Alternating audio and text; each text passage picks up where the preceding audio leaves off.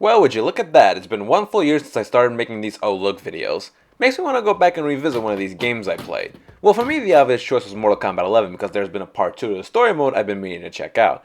I remember first getting Mortal Kombat 11, seeing variants of the game that cost over $100 on the shelf. I opted not to get it because I didn't think any future DLC would be worth the extra $40, but at the time I didn't know there would be a part 2 to the story mode. Well, now that I purchased part 2 and all the DLC thus far, I can truly consider that I have Mortal Kombat 11 Ultimate. Also, things I can now do now that I have a PlayStation 2. Mortal Kombat Deception. I'll play it eventually. Sometimes I think back to what I said about the story in Mortal Kombat 11 and I ask myself if it still holds up. I don't know, let's see. Yes, it absolutely still holds up. Now, I'm going to be talking about the Aftermath expansion, so I'm going to have to spoil the events of the main story. During the invasion of Kronika's Keep, Raiden merges with Revenant Liu Kang to create Fire God Liu Kang, and created a need for me to change pants. Minutes of greatness later and we are finally fighting Kronika. The game has multiple endings depending on how you do in the final fight. If you beat her in 2 rounds, you get a really nice ending where Liu Kang becomes the Keeper of Time and will sculpt the Sands of Time with the help of Katana. If you beat Kronika in 3 rounds, then you get an okay ending where Liu Kang becomes the Keeper of Time and Raiden becomes his assistant. And the final bad ending is when you lose to Kronika and, well, fuck. Aftermath begins after the okay ending where Shang Tsung, Nightwolf, and Fujin emerge from a portal to inform Liu Kang that without Kronika's crown, he won't be able to safely create a new timeline. Unfortunately, the crown was destroyed with Kronika. Fire God Liu Kang then sends the trio into the past to get the crown, and by past, I mean during the events of part 1 of the story mode.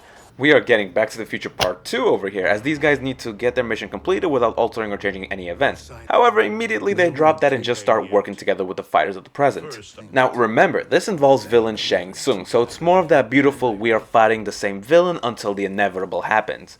Part of Shang Tsung's plan is to resurrect and restore Sindel. Yes, the same Sindel that slaughtered half the roster 2 games ago in the span of 30 seconds. But they plan on bringing her back to her normal state, which means no bewitching. And she can be a good guy and finally reunite Katana with her mother. I really am digging the story mode here. I was really worried that what happened to X would happen here, as the previous story mode would set high expectations that the follow-up can't meet. But Aftermath is very compelling. I'm thrilled seeing longtime villains fight on the side of good, but then it turns out they were just building us up to tear us down. Sindel turns out to be a villain, bewitched or not, and frees Shao Kahn, who somehow is still alive, and they start wrecking shit and things go horribly wrong for the heroes. But this is where the story mode starts dwindling for me. Not because of the dark turn it takes. This is the first time in a long time that a game had me put my head down. But because you spend nearly the entirety of the second half playing as villains, and I don't like that. Sure, playing as Shao Kahn in the story mode is great and spamming the shoulder tackle is oddly therapeutic. You can call me this if you want, but I'm not big on fighting for characters that I'm not rooting for. Unrelated picture of The Last of Us Part 2 here. Other than that, there's momentary lag whenever a final hit is delivered, and the fact that the ending of Part 2 kinda blows leads to an underwhelming finish. Well, what else did the $50 purchase get me? Well, it got me all the DLC characters except for Shao Kahn, which is bullshit. Mortal Kombat seems to be done with horror movie icons as guests, but I'll keep asking for Michael Myers until I get it. And now it seems to be moving on to the action movie icons in the forms of Arnold Schwarzenegger as the Terminator, Sylvester Stallone as Rambo, and Peter Weller as RoboCop. All this game now needs is David Hasselhoff, and I'll label this as the sexiest game in the world. I like these DLC characters, there's something satisfying about Rambo butchering the former governor of California. Other DLC characters include the Joker, but this isn't the Joaquin Phoenix Joker, which was released the same year as this game, but more like the Injustice Joker as part of the flirtation that these 2 games have going on. Oh, I'll put my characters in your game if you put yours in mine. Oh, Injustice and Mortal Kombat, when will you just kiss? Wait, don't kiss, don't kiss! Spawn!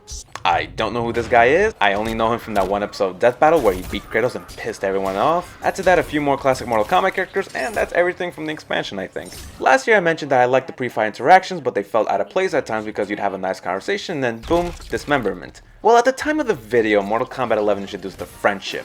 I didn't mention it back then because the script and footage were months old, and I doubted my one viewer would have minded. So yeah, friendship is a nicer and much funnier way of concluding a fight and arguably much more disrespectful. I'm not gonna kill you, I'd rather hug this bear. Look at Jax's sexy hips. Online fighting. I don't do online gaming, I don't like being reminded that I own all these games and I'm bad at them. Mortal Kombat Online. It's fun until you run into Liu Kang. Now, I like how much customization this game allows. You can truly make a character your own. Intros, outros, other cosmetics, and costumes. I've already complained twice about these costumes. I'm gonna go for a third.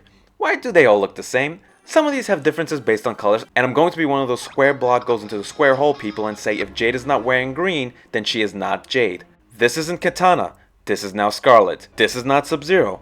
This is a product of crossbreeding. I got one last topic to talk about that I originally wanted to talk about last year, but got worried about crossing a potential second viewer. But when I checked my bucket of fucks, it was empty, so I had none to give, so I'm gonna talk about it. Let's talk about the women. Mortal Kombat's always got BS, but it was mostly due to its insane violence. The way Mortal Kombat portrayed its female roster was problematic to the public. Some of it's unfair, some of it's really fair. Now, I understand if they find a middle. I think MKX's outfits had a fine middle of scantily, but not too overexposed. But this... look at this. It's like two sides of an extreme. What's worse is that MK is covering up its women like a teenage girl covering up a belly piercing from her parents, while other games like Street Fighter are still engaging in underboob, mass cleavage, and assless chaps. Now, I'm not saying Jade needs to be wearing 2 posters and a starfish to make Mortal Kombat playable. All I'm saying is that this is disgusting. This is improper. This is better. This is respectful. This is totally my own opinion.